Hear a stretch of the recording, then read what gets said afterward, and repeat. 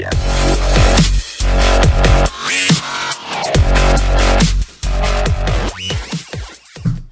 Welcome to the Wise Take DFS podcast. I am your host, CK013. You can find me on Twitter at CK_013.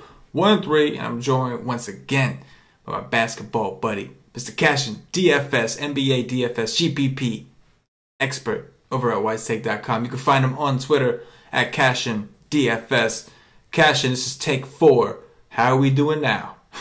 I don't think it's take. No, I think this is take 3. Take three. My Wi-Fi just went out. It's take 4. You don't know it's take 4, but I think after take 2, I had messed up real quick without you even knowing and restarted before you even knew. Technically, it's take 4. Oh, well, damn! I thought it was 3. But yeah, got a huge slate. It sucks. I don't like when every single team in the NBA is playing except 2. But we're gonna get it. That's what we do. Just to start off, man, I know you said it before in the previous takes, but I'm going to ask you again. Tell us how your process changes, if any, when approaching a slate that's massive. We're talking 14 games. This is an exceptionally large slate. How does your process change, if it does at all? Well, I try to break the slate down into as few games as I can that I love. But this slate is full of a whole bunch of games I love. The games I would cut out is Dallas, Memphis, Boston, Miami, Chicago, Utah. Those I would probably cut out. Like, I don't want to use no plays from there unless it's some value play that opens up or something. But yeah, it's tough. I mean, and you can't really, like, I like to make game stacks, but I mean, I got 8 games here I would like to stack. So, I mean, I don't think I'll be doing that today. Maybe I'll try to go to games that I think will be lower owned and stack them up. Like, not Golden State OKC, not that one. Yeah. I think I'm with you, man. Like, for me, definitely, I am not a mass multi-answerer. I make, the most I'll make on a night is usually anywhere from 5 to 7. I mean, it depends. If it's a certain night, maybe you'll play a donkey. But to me, I have like a few main, like maybe 3 to 5 main lineups. That's typically how I approach it. So if I'm taking that approach, and I think most of the people listening are probably in a similar approach, I may put them in several contests, but still, 5 main lineups. And I think for me, like you said, I'm gonna have to take a stance. It's hard to, like you said, you can say even if you cut the slate in half, it's still 7 games to choose from, and you can make it an awesome 7-game slate. But you're gonna have to narrow down your field and take your shots. I think cash games could be a little more difficult in these kind of slates too, because there are so many options, and like a lot of times in cash games, you almost know I can get away with playing this chalk option because he's cheap and because everybody's going to be on me, won't kill me. That kind of goes out the door. Ownership kind of raises. So I tell you what, injury news is going to be very important tomorrow. I don't know what's questionable. I haven't really looked too much into it, but it could be very important because this could be a stars and scrubsy night if the situation calls for it. But if there's not, rather than scavenging value, you might be better off going balance. Either way, I think the winning score for tournaments is going to be massive. Would you agree? 400 plus, yeah. I would think. On FanDuel, for sure. Yeah, yes. On FanDuel, for sure. It's one of those things. If you're playing GPPs, you need guys that have serious upside. And you're going to have to take a stance. You can't play everybody. If you try to get exposure to everybody, and you're only playing, like, say, 10 lineups, even if you're playing 150, there's a good chance you're not going to find the right combination. You're going to need a core. And I know it's hard, but you got to narrow down your field and roll the dice with the games you like. Yep. It's going to be tough. It's going to be tough. Because everybody's playing. Look at all these point guards. Yeah. With that said, Cash, go ahead. Start us off with some point guards. I mean, I like Russ, but coming off the best game of the season, I believe that was his best game of the season. I don't think I'm going to go there. Like, I'll just bet that he's going to go back to getting 4x or 5x instead of 6.5x. But he is a good play because this game should stay close. This is not like last year when Golden State blew them out every time. Like, Russ has a team around him now, so he's going to get the minute. Like, he's play a full game, full minutes, so he's an option. But I don't love any of these options up top except him and Lowry. Like I think Lowry is my favorite. I just get to get that little bit of savings, and he's in the Garden. I love attacking guys in the Garden. He's from Philly too, so he might have some family there. Philly ain't far. No, it is not. Philly is not far. I said it on the previous take, and I'll say it again. I do think there is a little bit of a vendetta that Lowry may have with the New York Knicks. Years ago, the Knicks were supposed to make a trade for Lowry, and I think it got pretty close to happening, and then the Knicks pulled the plug. And I think, from what I understand, Lowry wasn't too happy about that. It was years ago, but he has performed well against the Knicks ever since, and he's a good player, so I don't want to make it out of anything. But he hasn't done much this year, and then all of a sudden he played the Knicks 2 games ago and he put up a 50 burger on DraftKings. So I will say that on DraftKings against the Knicks and in Toronto, he put up 50 DraftKings points exactly. He only played 32 minutes. It was a blowout. That's right. I had him that day. Yes. So, I'm with you on the Lowry call. The one thing that scares me away a little bit is on this slate, I feel like price is going to be really important on DraftKings. Even though I don't think his price is bad, he is priced up from what he has been. So his stock has risen already. We were getting him in the 7Ks. As you were saying, Cash, on FanDuel, he was as low as in the 6s at one point. 6'8", I think. I think it was 6'8" versus Denver. That ship has sailed. He's up. What's he on FanDuel? 8. Yeah. So he's above the 7. Still a good price on FanDuel. That's a great price. I think 8K on FanDuel. I think that's a really good price for him actually. But on DraftKings, when he was normally in the 7s for a long time, and now all of a sudden he's 8-2. It's a little worrisome, but we know he has the upside. It's just one guy I wanted to ask you about on FanDuel. We discussed on FanDuel he's a little expensive, but on DraftKings, John Wall 8-7 against Kemba Walker. It's on the road, not crazy. I know John Wall's been a little banged up and he's been having some bad games, but for 8-7 on DraftKings specifically against Kemba, I got to know what you think about that, considering the guys above him and below him. Well, what I do think is he's going to be super low owned on this slate. A little higher owned maybe on DK because he's a little cheaper, but on FanDuel at 9.6. Nobody's clicking that name unless they're nuts like me. But he's coming off of 2 bad games and 1 game where he missed for injury. So he's going to be low owned. Oh, my God, he's going to be low owned. I don't want to play him. But, yeah, he has upside every time he touches the court. It's on the road, so I don't like him as much there.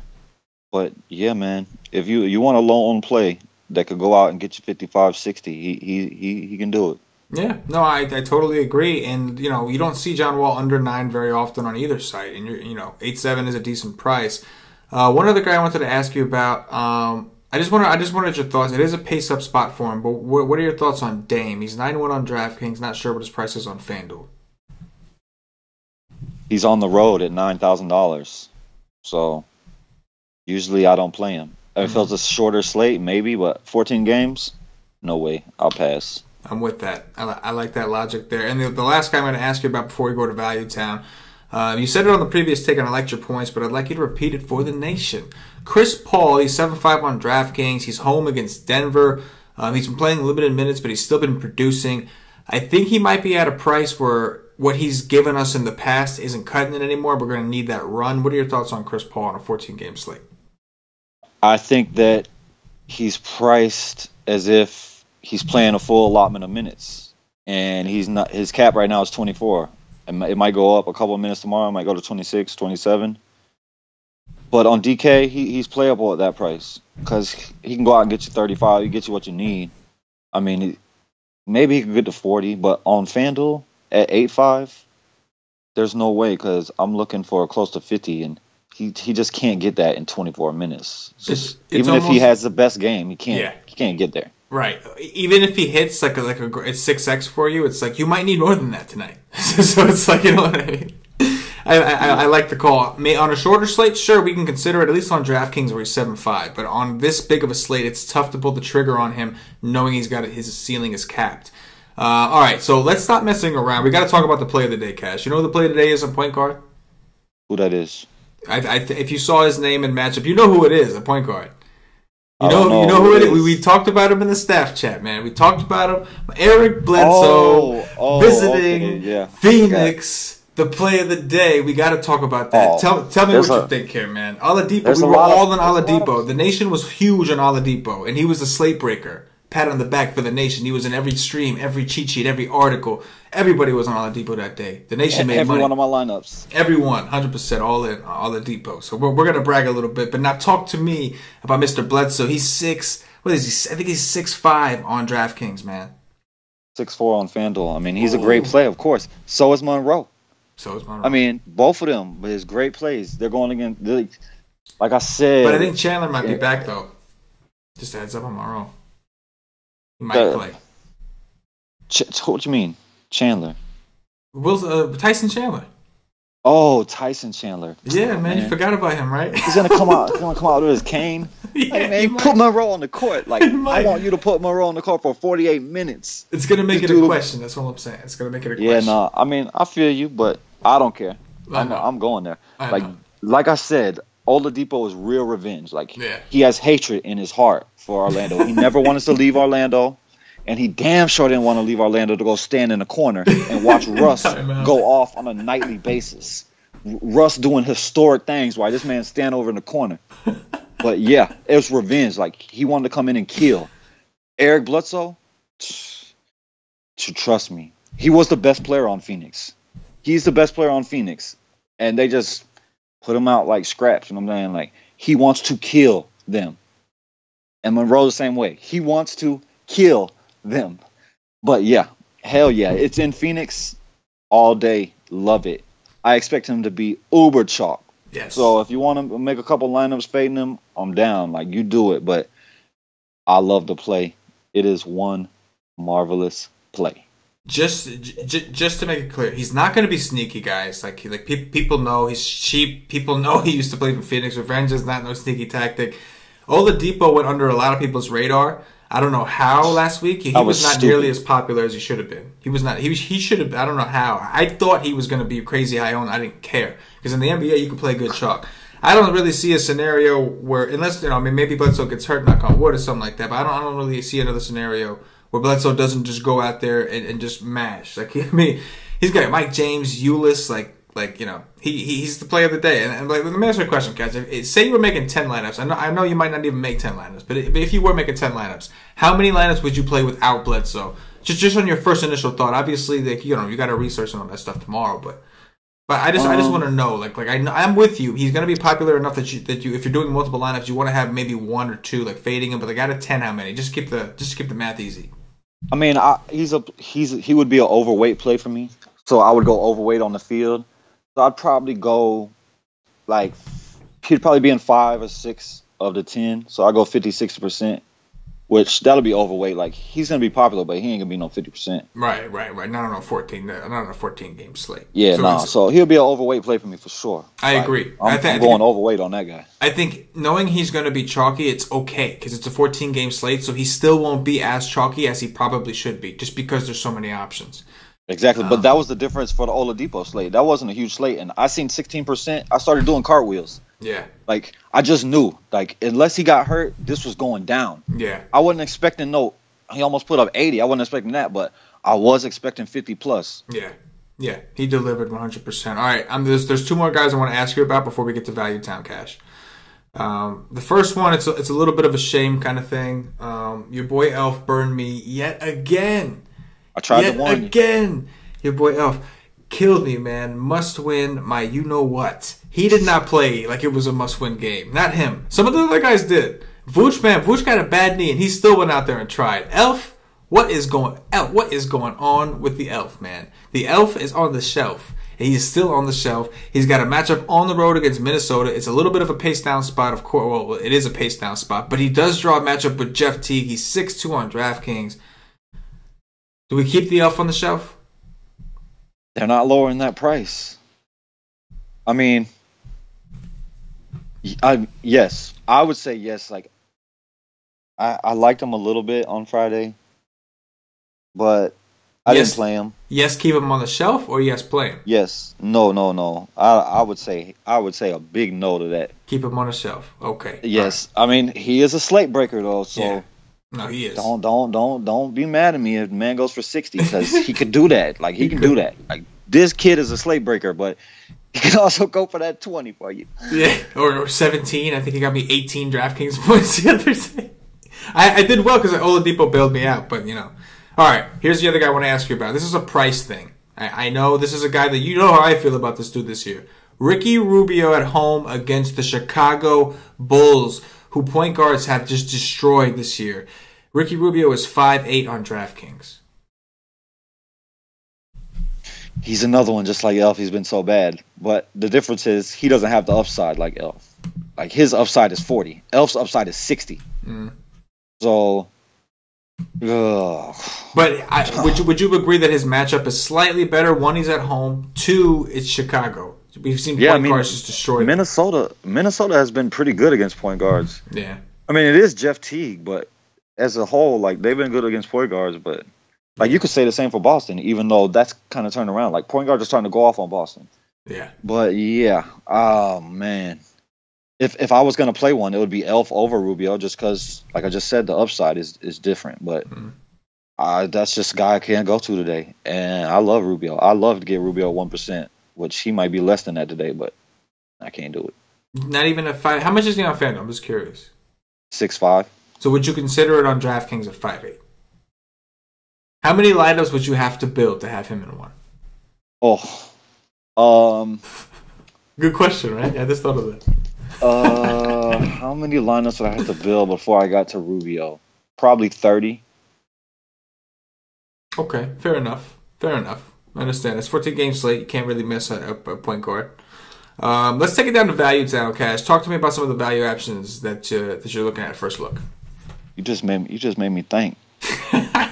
I like what's his face? Oh, Dinwiddie.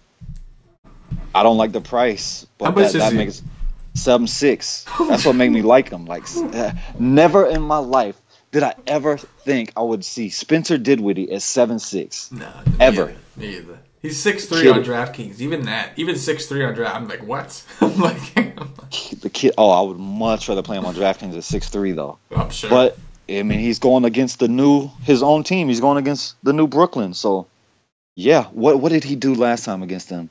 He put up 38, and old boy was there. What wasn't Russ there? Oh no, that was the game Russell missed. I'm pretty sure, and they still beat them. That's why I was so surprised that they came into Cleveland and kicked their butt without Russell. Same thing the Magic did to them without two starters.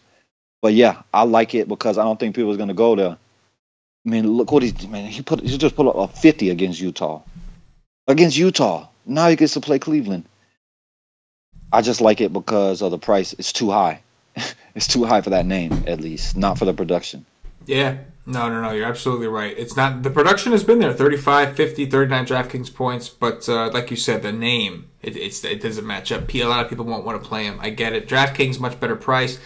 It's tough to want to go there. Big spread, so you know that people are probably going to stay away from some of these nets, assuming they're going to get blown out.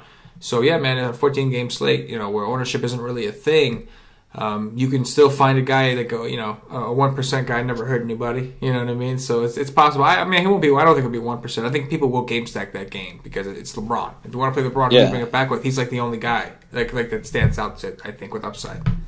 I don't think they're blowing out anybody still. Like I'll take that last game against Detroit as a fluke. Yeah. Like I don't think Detroit was on a back end of a back-to-back. You know what I mean? It was a bad spot for him. Yeah. Who else? I was high on them. Who do you like in the value section?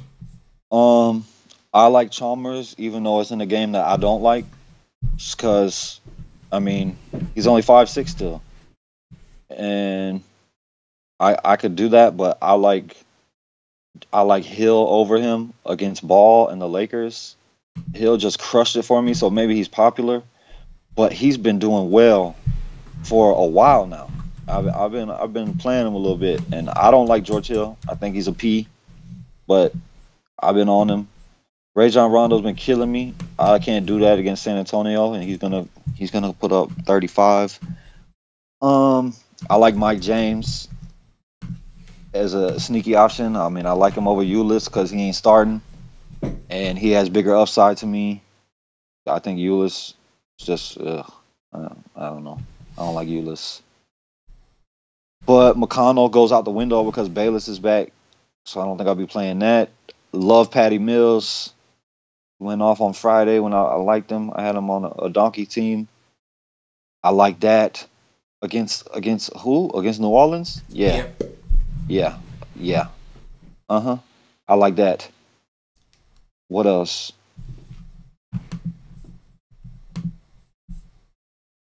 Nothing. Yeah.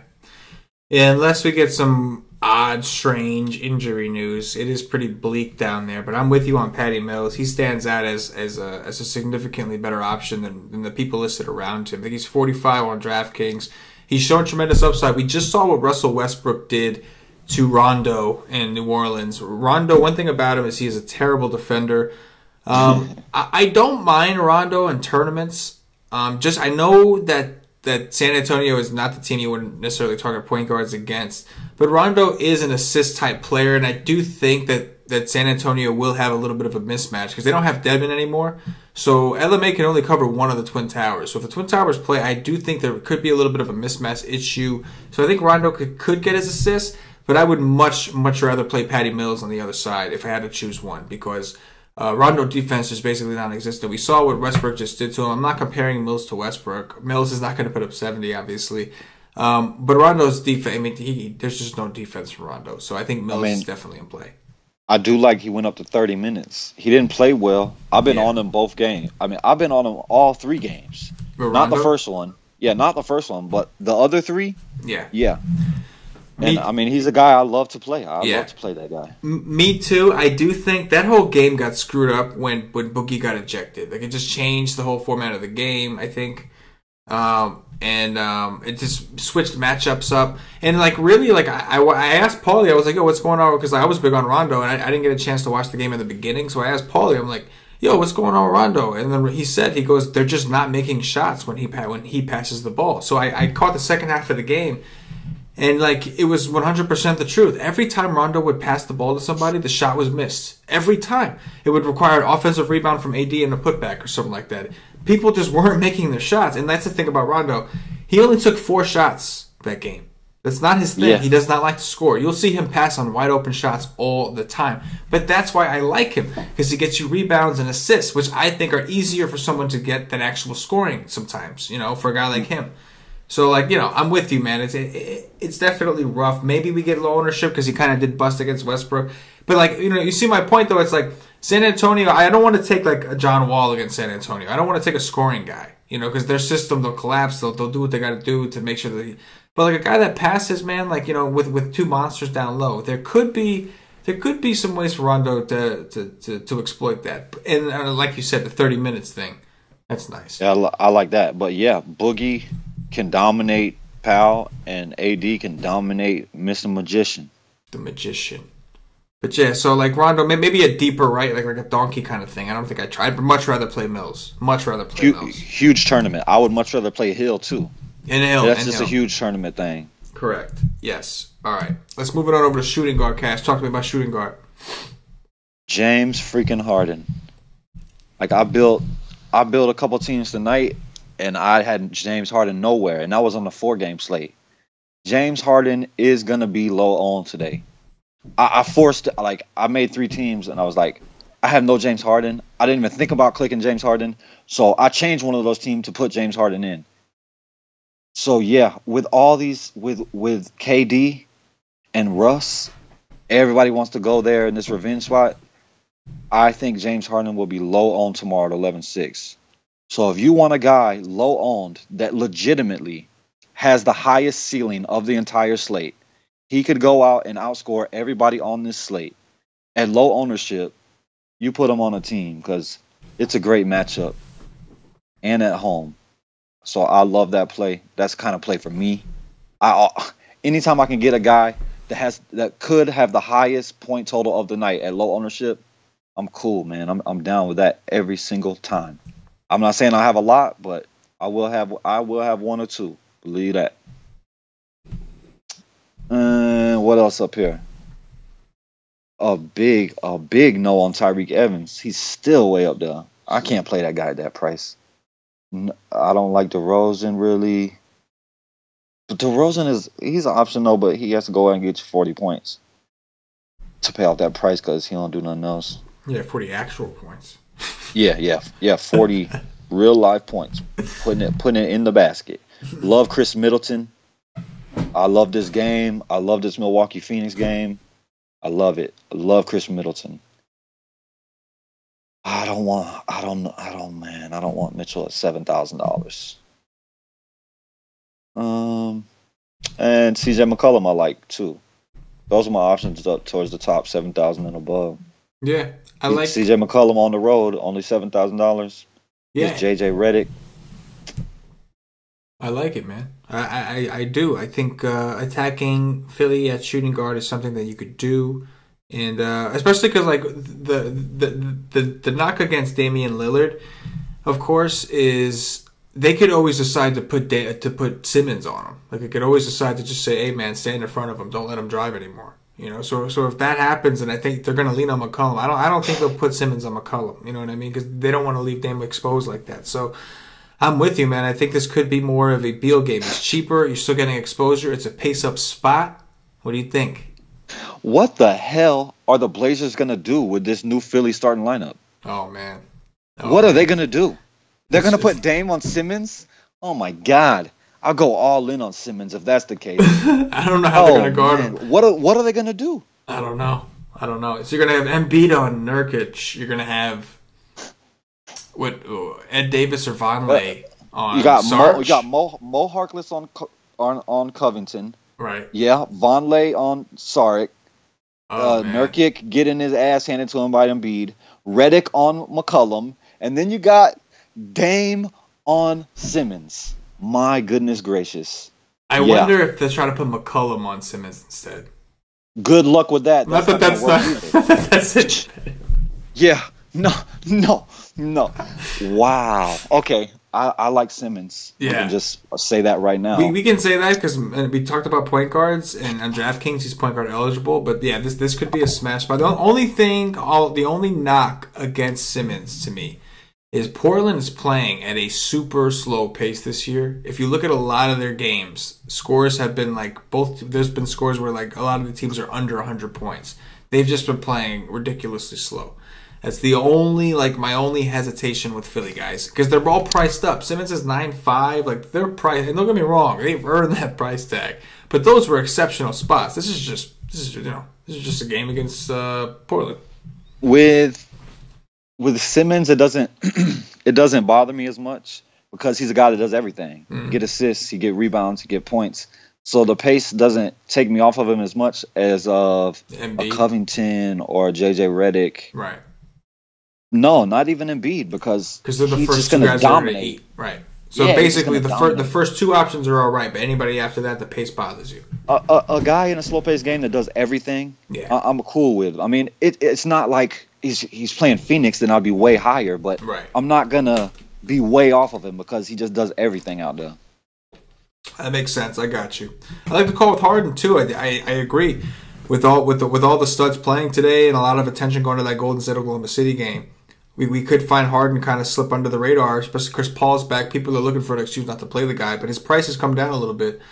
11-3 on DraftKings. I don't mind it. Take me down to value town of shooting guard cash.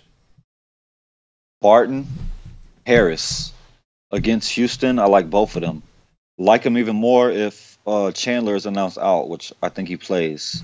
KCP, like everybody's sleeping on this dude. This dude is going for, like, he got me 45 tonight, and the night before he got me 39, and then there was a 25 in there, and then he got me a 32, and then he got me a 33. I'm pretty sure I played him every single one of these days because his price is only $5,000 freaking dollars. He just got a 44. It's against Sacramento. It's a back-to-back. I like it at 5.6. But Barton, though, I really like Barton if he's going to start. Even if he comes off the bench, one of these guys, Barton or Harris, is going to get James Harden defense. Lou Williams, wow. What a price drop. Beverly was back last game, correct. And look at that. He got 26 minutes, only 14 points. That's a hell of a price drop. How much is Lou? Down to 5.4. Oh, wow. He's 7-1 on DraftKings. They didn't get the memo. Don't play him now. They didn't get the memo, so. Yeah, nah, don't like that. I like Brogdon. I like all these Milwaukee players with Henson out. I just think it's gonna raise like they're gonna have to play smaller. I expect Snell and Middleton to get huge minutes. I don't know what the heck they're gonna do against Monroe down low when all they got is the thin man. Cause the other big guy, like I don't know. I got to break down that game. I mean, I'm not about to do it here, but the like Tadalovic is gone, and I mean Henson is out. All they got is a thin man. God, Monroe is gonna eat this kid, man. But if he's all they have, does that mean we have to play him? Thin man? If he's gonna get 38 minutes, like you know what I mean? Like who else are they gonna play? Hell no. This man could get 5 fouls in 14 minutes. He's a guy. No. In all seriousness, he's a guy that could play. He could play 40 minutes and still get you 5 fantasy points. He could do that, which is a shame. It's weird for a center guy to his do that. size. It's so weird, but he can do that. He's that bad. He can go out there 40 minutes and not do anything. Like girl twat. 30 minutes versus Whiteside gets 5 rebounds and 2 points or whatever it was backwards. But yeah, I like Brogdon. It's in Phoenix. I expect him to be playing small. Like I don't know what they're gonna do. Like they're gonna be playing some Snell and Middleton or Big D at center. I mean, what are they gonna do? But I love it. It'll just make the pace higher. And if they're killing them, they have to take Monroe off the court. Right. But I mean, he's just a guy. His price is down. People's not playing that guy. I can guarantee you that. What else down here? Wesley Matthews been going off. No, thank you. Danny Green, maybe. Wings against New Orleans has been a thing, man. Any guard or 3, any 1, 2, or 3, I feel like has to be. Did you see?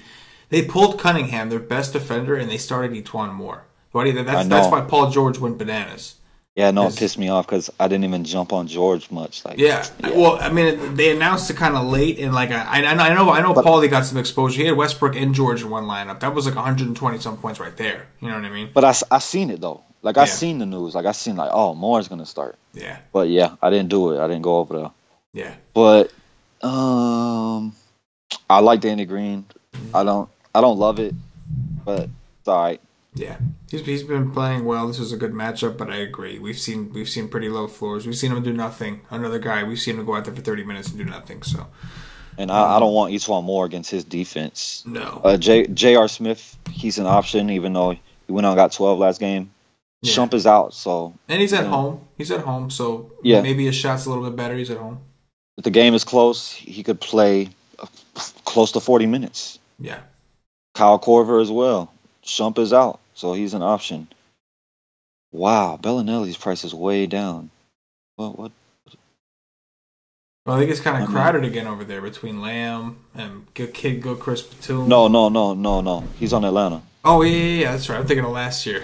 Yeah, last year was on the Hornets. So, he got 30 minutes against San Antonio, 26 Boston. He's gonna play minutes, and he's at home. If he gets hot, I mean, he'd go for 30. Yeah. So he's an option at only 3.9. Considering I just forgot what team he's on this year, you can tell he's a guy I don't play that much. I do. I like the guys with high upside, but his price has been higher. That's why I seen his price. I'm like, that's kind of low. Like he's been in the 4s. Yeah, he's 4K on DraftKings. Tony Snell is a great option down here at 3.6. I expect him to play big minutes. They just have got injuries, and he's big and long, so he can move up to the 4. He could play 5 if Phoenix is going to go small. Interesting.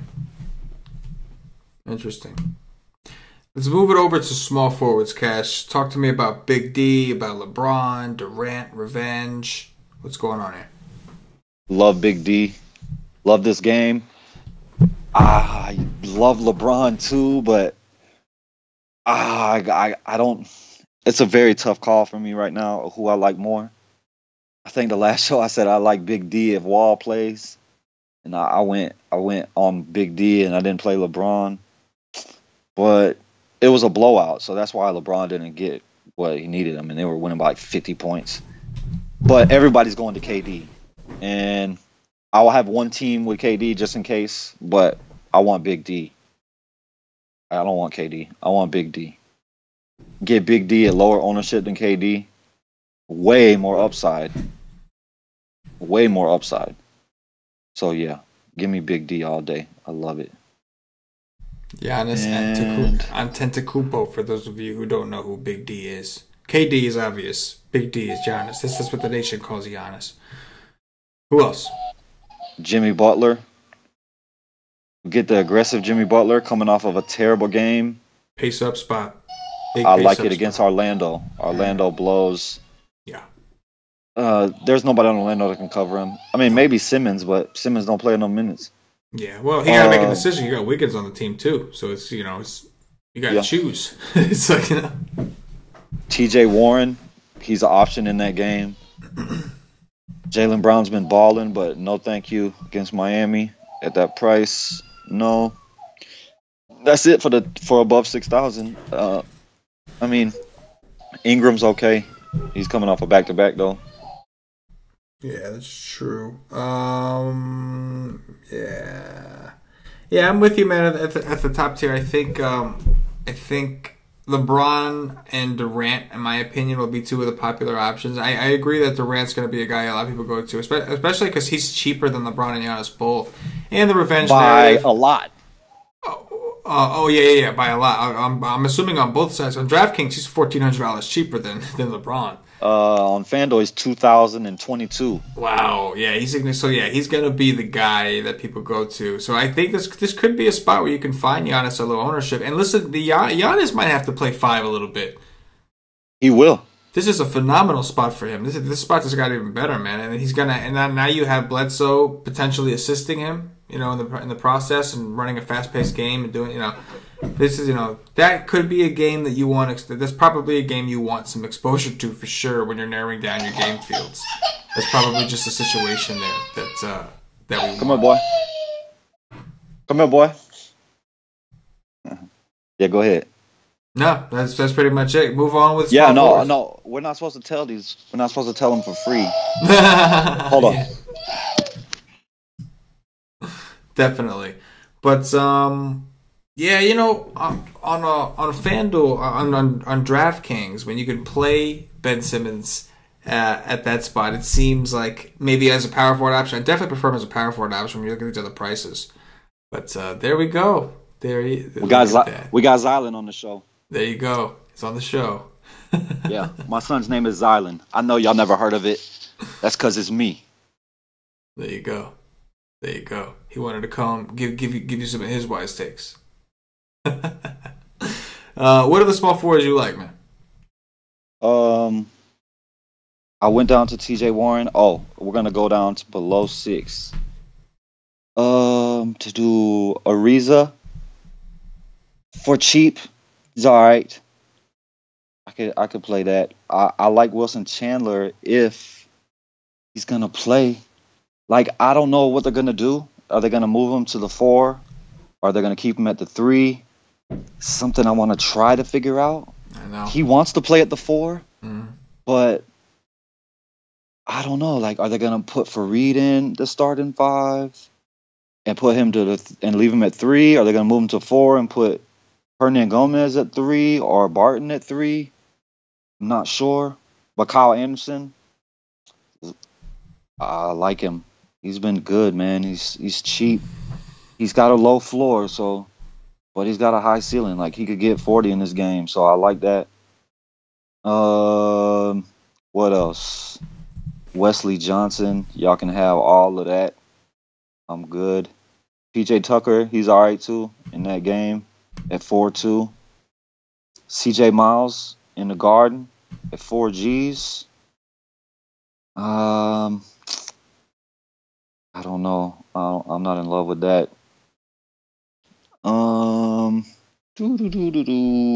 That's it.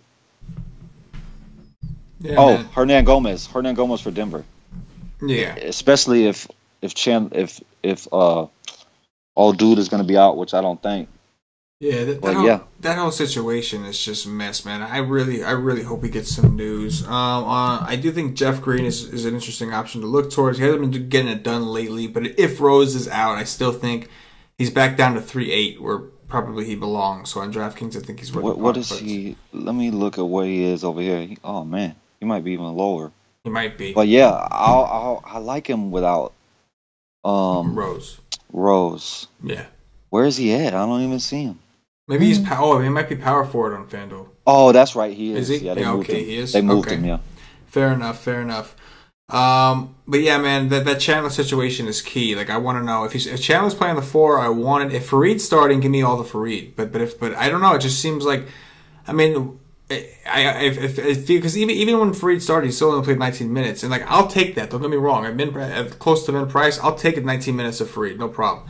But it just seems to me like he doesn't seem to like the guy because he doesn't really play him all that much. I don't know. Maybe he's out of shape. I really don't know why. But yeah, Fareed is a baller. He is. I don't know. For some reason, he don't get the run. But if Chandler plays the 4 and Fareed's on the bench, I might still like Fareed, but I'll definitely like Chandler. If Chandler's playing the 3, I still like him because of his price. But yeah, I'm not going to be as interested. I want Chandler at the 4. That's where he likes to play, like you said. Take me over. But with Millsap out, even at the 3, like he's been showing, like he's been playing before that back injury. Like he was going for 30s. He just gets better. I love it. I still like him. He's closer to the basket. Yeah. I still, don't get me wrong. I still like Chandler a lot at his price. You get a lot of upside for that price. Millsap, like that's why I haven't been playing a lot of Denver guys because Millsap. But with Millsap off the court, like we're gonna go back to last year. Like Jokic is just gonna start eating, or he should start eating, and all these guys, it just pushes them all up because that usage is gonna move. Yes, and most of that usage should move to Jokic because he's the best player on that court. Mm-hmm. Agreed. Take us over to power forward. What you got here? I love Ben Simmons. I love Ben Simmons. Even at 10-2, I don't expect him to go out and get 60, but he can. I like the play. I like Damian Lillard, CJ McCollum. Like, I don't know. Maybe they try to hide. Maybe they try to move McCollum to Covington and Dame to Redick and try to put Mo Harkless on Simmons. I mean, it's good luck. Like, good luck for any team, like, playing them. Like, matching up a small point guard versus him, like, you need a big point guard to match up against him. Like, and even Russ, like, he's bigger than probably every point guard in the NBA. Like, he's taller than every point guard in the NBA. So, yeah, that's a matchup nightmare for Portland. Oh, my God. I love Ben Simmons. Draymond Green. Like, I think I'd rather go to Draymond Green than KD or Curry because he's cheaper. And the other two are going to be more popular. So I go to the lower owned play. Maybe it's good for me. Derek Favors, he's all right in that game. He's 6'8" now though, so I don't love that. Like I don't think I'll have that at all. And that's it. Above 6,000. Yeah. Melo like Draymond, he'll be the lower owned option in that game for OKC. So maybe you want to go there, but I don't love him. I don't like him as much as Draymond. Yeah. This definitely seems like a great. I mean, you're not worried about Melo on Draymond. Draymond should be able to bully his way whatever he wants, and that with if Melo's going to be stuck guarding him. Like that call for sure, and a good way to get exposure to the game. Take us over to the value under 6K power force.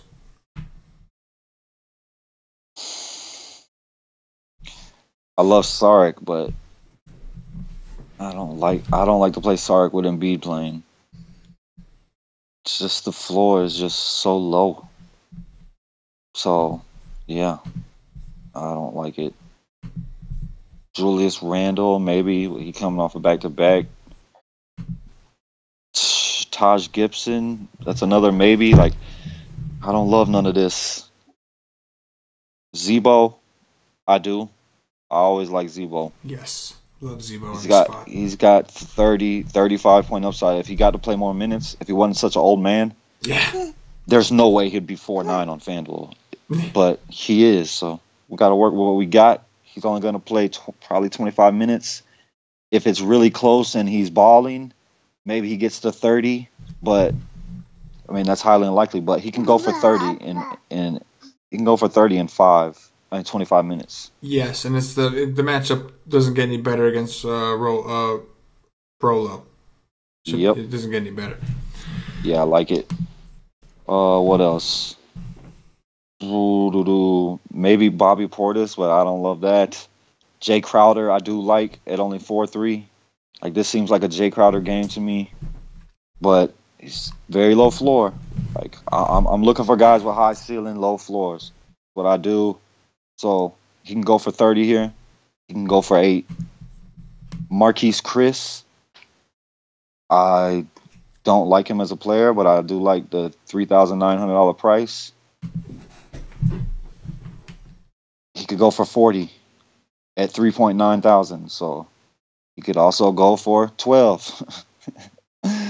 And there's Jeff Green at 3.7. Jeff Green's a cheap option if you want to do that. It's against Brooklyn, so I don't love that though. But he could go off. And Vonleh, goodness gracious, did Vonleh have him a game the other day? I didn't have him except on the Express slate. Wow. I loved to play this kid last year. Dude got 42 against Memphis, man. In Memphis. Love that kid. Don't expect that. Please don't expect that. Maybe people jump on him if they look at that game log. But man, he won me money on the Express slate. That is for sure. And love for Reed. Hopefully he gets 25 minutes. 25 minutes he can go for 35. Yeah, man, I love Fareed. Definitely on board with Fareed. If he start, I mean, as long as I think he's gonna play at all, man. If he's gonna, like I said, if he gets another 19 minutes, I'm fine with that. I think, especially in this spot against Houston, a very fast-paced situation, I'm definitely cool with that. Talk to me about centers, Cash. Zidane likes Fareed. Yeah, he just nodded. Yeah. There we go. Boogie. I like Boogie in this matchup, but there's just so many studs on this slate. Like, you can't play them all. So, I mean, am I going to be able to play Boogie? I don't know, but maybe. I like it. I like Embiid against Nurkic. I like that. Cat. Oh man, what do you like Cat against Vooch? Do I like Cat against Vooch? Yeah. Yeah, of course I like Cat against Vooch. Is it gonna go get us 55? I don't know, because everybody's in a good matchup. He's not the only one. You know what I mean? I don't think so. Like, I just can't. There's just too many good studs. I don't know if it's too many games in the 30s for this guy. Like, I can't do that when I could get Jokic for cheaper. Give me Jokic, man. Without Millsap, I like every Denver player gets a boost from me without Millsap. Hassan Whiteside is in a nut spot against Boston. He could dominate. He's not on a back-to-back, so that always helps. When's the last day he played? The 19th. What today is? Today is the 22nd. Oh man. So he's had 3 days off? Oh hell yeah. I like Whiteside though. Get off my computer, boy. Messing me up. Let's see. Kevin Love, he's alright. And that's it. Up top. Yeah. On DraftKings, I think Kevin Love is interesting because he can get you exposure to that game without paying all the way up for LeBron. And he has 3-point upside on DK. Yes, he get to get extra for the 3 points. It's a great matchup for him against Brooklyn. Every big is in a great matchup against Brooklyn. And we typically like to play Love at home anyway. He's a guy that he relies more on threes, so we want those at home. He shoots better at home. So I'm with that call. And yeah, man, Jokic. What about Brook Lopez? But that's a back-to-back for him too. Yeah, I just on a slate like this, I just don't know. Like don't get me wrong, the matchup is great, but like he's not the kind of guy that I think the matchup is great for. Like I want a big physical guy that's going to bully him down there. You know what I mean? I don't know. That's just what I think. But I don't mind him. I mean, he's cheap enough. His price is enticing for the matchup. It's a phenomenal matchup. Sacramento's just horrible against centers. He's just not a traditional center. He's like, donut cash, He's a donut. He is that. He is that. But yeah, man, I think there's some different ways to go. One guy we didn't talk about, a power forward. Any love for Porzingis at 8.6? On DraftKings, I think there's no way because Jokic is 8.9, and I'd rather play Jokic, right? Yeah, I can't go to Kristaps on this slate. There's just no way. I'll get that 1,000 for Simmons. Yeah. I like the call with Jokic against Houston. If with Millsap out, as long as this game stays close, which I think it should. We could see Jokic finally get to do his thing. We're waiting for that ceiling game. We haven't seen it yet. Looks like there's no line out just yet for that game, but I'm very curious to see what that's going to be. What about value setters, man? Anybody else you like down there? Willie Cauley-Stein. Since they moved him to the bench, he's been great, except that one last game where he got 7. But I mean, maybe I could take a chance there. Girl Twat against Dwight. He should have to play as many minutes as Dwight plays. So I like that. And the price is still low. And he showed us the last 3 games and 4 of the last 5 after the Atlanta game where I was all in. Oh, God. Oh, no. I was all in the Miami game. My bad. The game in between all the good games. He's an option. He's just too cheap for the minutes he's going to play. Just too cheap. And Monroe might be my favorite play as center of the whole slate. He should try to kill. Just don't know if he's going to get enough minutes to actually be able to kill. 21 minutes. God, play this guy, please. But no, I like that. And there is nothing else for me. I mean, maybe you can throw a flyer at Thin Man if you think he's gonna play a whole bunch of minutes. But I don't take my chances with Thin Man. I'd rather play Giannis. Yeah. Me too. Too bad Giannis is 12 too. Yeah. I might be all in Giannis tomorrow. Yeah. I might go back to the good old days of the beginning of the season when I was just all in every day. Yeah, I think that the Denver situation is a situation that you want the news for. Don't know if we'll even get it because that's just how they are. But that's a situation we're going to want news for. We're talking about the slate as a whole. There's a lot of moving parts there, but there could be a lot of added value, all that kind of stuff. So I like where we're at, and I think we have to. That's a key game that we're going to be waiting for information for. And of course, if there's any fluke information, you play the value guys that open up. But, hey, man, it's a huge slate. There's a lot of plays. And, you got to take stances, man. I'm excited for this one. I mean, what I would do is in my cash games and my single entries, I would play more chalk because there's going to be chalk all over. And then on my big tournaments, I'm trying to get away from that chalk. So if the chalk goes off, you're good in cash. If the chalk fails, you're good in tournaments. You know what I'm saying? So that's what I'll try to do on this huge slate right here. Yeah, definitely. Look for pace-up spots. After going through. Yeah. Always look for pace-up spots. It's a good way to find price and efficiencies. If a team is in a pace-up spot, they should get more opportunity. And if they're not priced for that pace because they don't normally play at that pace, you could find some decent value. Remember, value isn't always a price thing. Sometimes it's just a guy in a good spot who's underpriced. Maybe a guy's 6K, but he's still underpriced considering the options. Like Hardaway at 6K. I don't want to play that if everybody's healthy. If Porzingis is hurt and he's out, yeah, I think that's a bargain for Hardaway, 6K. Just an example. But that's every slate. You should always be trying to get people that's paced up. Yeah, paced up. In any slate, yeah. Yes, absolutely. This is what we're going to do. We told you guys you could post the Q&A. We would answer some questions. So we're going to do that now. We got 4 questions here that we're going to go through that we're going to answer cash. These are all listed on the YouTube. And again, guys, if you have questions, leave them on this show. We'll answer them on the next NBA podcast. We'll pick out a few. We can't answer all of them, but we're going to pick out a few ones that we think are good and will help people. We're not asking like this player or that player. I'm talking about like actual game theory or actual strategic questions that we think will help multiple people. So, number 1, Alan Lefebvre. I'm sorry if I'm not pronouncing that right. It says, new subscriber here, got a pair of strategy questions for new players. When playing 50-50s or double-ups, is it better to play a bigger or smaller field?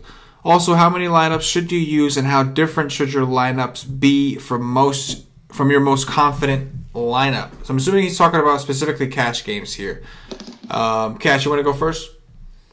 Well, in the tournament sizes, I always want a single entry cash game. And I want, say we're talking 50-50s, I want the most people I can get in a single entry. Like on FanDuel, that's 100. On DK, I believe it's 200. But yeah, I want more people, so that gives me a better chance of more people messing up. If you're playing 20 people, it gives you a lesser chance of people messing up. Like, you just play the smart plays and let other people mess up. And with the bigger field, you should be able to cash more regularly, because the cash line in a 20-person is more often going to be higher than it is in a 100-person or 200-person. Mm-hmm. Yep. And then also, how many lineups should you use, and how different should your lineups be from your most confident lineup? Like, when I used to play cash before I had some big wins, I would make a cash lineup that I loved, and then I would make a hedge team. Like, say I put $200 on my main cash, and like I would make like a little $50 hedge cash team with just like 2 pivots. And like 2 guys I might like, okay, this guy might not do it for me, so I'll switch to this guy. But most people in the industry is not going to tell you that. Most cash players, which I'm not a cash player, they're going to tell you to play one cash lineup. You ride or die with that cash lineup. But me, I like a little hedge. I like a little hedge life. But that's probably like, I don't know. I mean, you listen to who you want to listen to. But I would say, if you're not comfortable, just make one cash team. Just make your best team that you think you can make and put it in there. Yeah, I would agree with that. On the first part especially, larger fields the better. Like you said, the more people, the more chances they'll make the mistakes. You got to remember, there's more people out there who aren't winning than there are. So the more people, that means there's probably a better chance that there's more fish, so to speak, in there. So yeah, larger fields are better. I totally get it. I know making multiple cash lineups is fine. I think you do have to kind of pick a favorite if you want to be profitable, but like, it depends on how you do it. If you're doing it as a hedge, then don't play as heavy with that lineup. But you could hedge. But like, another thing you could do is kind of go with a cash core. Maybe you can do 3 equal lineups, but have like the same core 4 or 5 guys, and just with small pivots around them. Because then there's a chance that all 3 of them could cash if your core hits. So I think that's an option. I usually, when I did it, I normally play like change like 2 players of what I thought maybe this guy would mess me up. Like, that's an option. When I play cash, which is not as much anymore, also I play one lineup. I ride it down with the lineup. I my best possible optimal lineup. I'm looking for 5x everything here. I do one. That's what you should. That's what you should do, because that's what all the cash players do. So it's just in cash games, the margin, like, you have to like the with 50-50s that they're taking their cut, and the juice, so to speak, it's the rake. It's just like, it's so slim in cash games that it's like, yeah, if you're consistent, you'll win, but like you have to kind of like, if you win your main lineup, but then your 2 hedge lineups lose, that's basically like you just paid extra rake on your main lineup. So it's exactly. There is a risk there if you're a serious cash game player. I would see why you only want to do one. I would get that. But yeah, I'm the same way, man. Like, I don't mind doing a couple and pivoting here. And if I'm using cash just to hedge my tournaments, I'll do a couple and hedge here. You know what I mean? Hedge here or there. Next question here. This is from Donald Barber. To the Wise Take crew, I have a dumb question. Is Anthony Davis the better fantasy player over Boogie Cousins, or does it depend on the matchup? Because AD seems to get higher fantasy scores regularly, or am I incorrect there? Thanks, guys. Love the show. Okay. What do you got here, Cash? I mean, it just depends on what you're playing. If you're playing cash or tournaments, but it is definitely matchup dependent. And for me, being a tournament player, I like to go to Boogie more on FanDuel because there's only one center, so he's normally lower owned. But me as well, as a tournament player, I usually like to put both of them in a team and then put some cheap options from the other game in there, or cheap options from their own team, and stack it up, because both of them have 70-point upside in the same game, every game. It's not going to happen every game, but they can both do it. So me personally in tournaments, because nobody likes to do it, I want both of them. But yeah, you pick whichever one you think has the best matchup. Like there's no better play. It's a better play depending on who they playing and the slate as well. Like if there's a bunch of sinners, then if there's a bunch of sinners in play, which there is every day, it's Boogie because he's going to be lower owned. Yeah. No, I definitely agree with all that stuff. I also think that a lot of it depends on price. Sometimes you'll see, like, for instance, AD was a clear play the other day, coming back from a game where he got smacked in the face and knocked out of it. He was 9-8 on DraftKings. Anytime he's under 10K, it's just a steal. So, yeah, that day he was, regardless of matchup, he was the better play. So there are some situations you kind of got to play it. Matchup is important, of course. One thing we know about AD is he is a little more fragile. So when you're talking about cash games, he's scary. He's a huge risk, man. If he sneezes the wrong way, he could be taken out of the game. Boogie is more durable. You got to worry about technical fouls, so he's not a complete safe guy. But I would say that in more nights than not, I would say that Boogie has a little bit of a higher floor, in my opinion, because he is more physical, and I think he wins. Like, he is a guy that I think, you know, he could really push his way down low, whereas AD, I think, is a little bit more reliant on the shot. Not that Boogie can't hit a shot, but I just think AD will, you know, is a little bit of a better shooter, in my opinion. But yeah, it's matchup dependent, 100%. Salary dependent, matchup dependent, you know what I mean? Like, it's different every night, right? Yeah, and AD has bigger block upside. Yes, but yes. Yeah, I mean, they're both so great that... Yeah, they're definitely. So you don't want to limit yourself from one or the other. Just play it by ear. Look at the prices. Look at who's hotter. You know what I mean? Just go with the matchup kind of thing. Boogie plays the 5. AD plays the 4. Remember that. You know that, which means AD usually draws a better matchup. He's going to be against somebody who's probably smaller than him.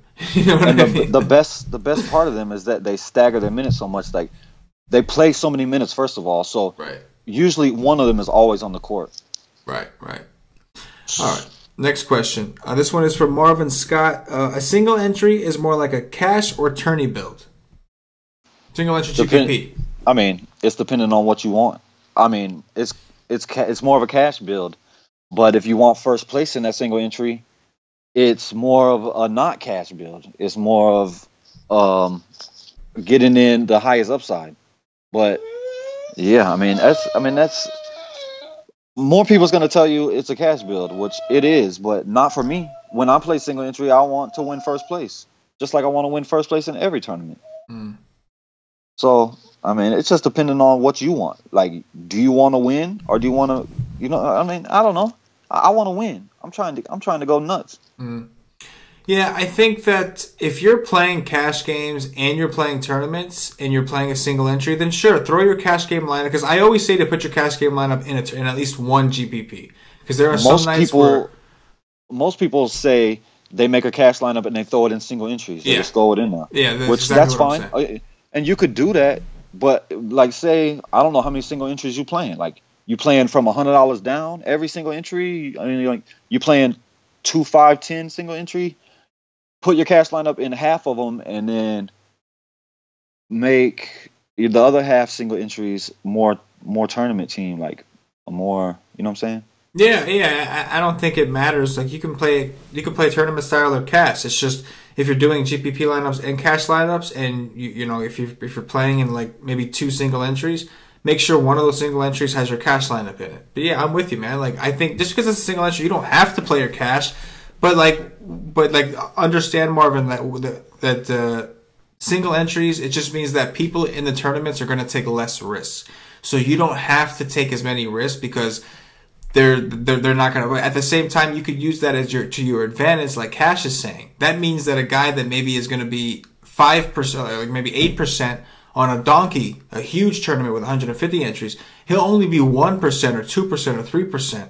On a single entry because guys only get one lineup. It's easier to take a chance on wacky flyers when you're putting out 150 lineups than it is if you only get one. So the DFS quote unquote professionals, yes, they typically use single entries for their cash lineups, but that's also because they're playing multiple entries and all these other ones. If you single entries are one of the few GPPs that you are playing, you don't have to put your cash game in there. You can treat it like a regular, because for you, it's a regular GPP. It's not just a cash game thing.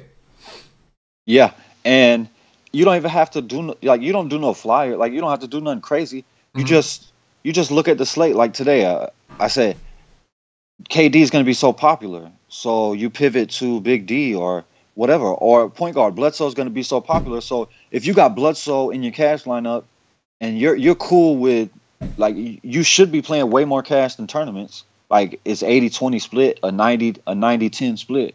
Like, if you're playing $100, you should have 80 in cash and 20 in tournaments.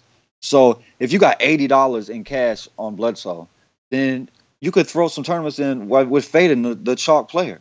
Mm-hmm. I mean, you don't want to just fill your lineup with chalk in tournaments. Mm-hmm. I mean, the basketball is different than other sports because you need the chalk. The chalk is they're chalk for a reason, but there's not as much variance. Like basketball, you have control. Like football, you don't have control unless you're the quarterback. Baseball, you don't have control because you have to swing a bat and hit a little ball coming at you 100 miles an hour or going all over the place. You know what I'm saying? So basketball is a different story. So chalk is not always bad, but you got to be different some way. Just try to get guys with high upside that you feel is going to be lower owned than the chalk.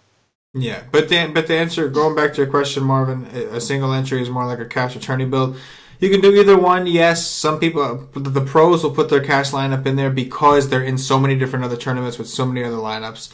If a tournament, if you're not playing that many GPPs that day, you can feel free to put a tournament style and take a little bit more risk and use that as leverage for you. Jason Jackson, last question here. His question is, what are the hardest things for me is trying to figure out who's got who on defense each game. Like, for example, we know Avery Bradley is going to usually cover their shooting guard or a shooting point guard, but where do we get that info? I asked other people at other sites, and they said that it's something that you just have to know. What do you think? There is no info on it. Like the only info is from the coach. Unless you got inside information with, like, you know, the coach personally, you're not gonna have that information. You have to guess. It's a guess game. Like today, we was going through what was it, Philly Portland, like who's gonna guard who, and we come to the conclusion that somebody's gonna be guarding Ben Simmons that shouldn't be guarding Ben Simmons. So, I mean, it's a thing where you just gotta. It's hard because everybody doesn't watch every game, but you just have to guess, like, oh, what is this team gonna do to do this? Like we try to do it with James Harden. Like, there's just certain situations where we try to do it. Who is James Harden gonna guard over here? Or I mean, it's a hard thing to just know. You can't just know it. You have to guess. I mean, I think I'm pretty good at guessing it, but I mean, I don't know. I mean, that's a very tough question. Like, it's just not set in stone of what's going to happen. It's a basketball game, so every matchup is different. But for the most part, each position is going to guard that position. Like, they don't switch match a lot unless it's elite players. So if it's a shooting guard against Houston, more often than not, James Harden is going to be guarding that guy. You know what I'm saying? Like, they don't cross match a lot. Yeah, that is for elite players most of the time. Yeah, I think it's like a situation where you got to get familiar with the coach's tendencies. Like, these teams have tendencies. There are certain patterns that they will follow. Like, yes, Avery Bradley is a better defender, so I think the more important thing is understanding that Avery Bradley is a good defender.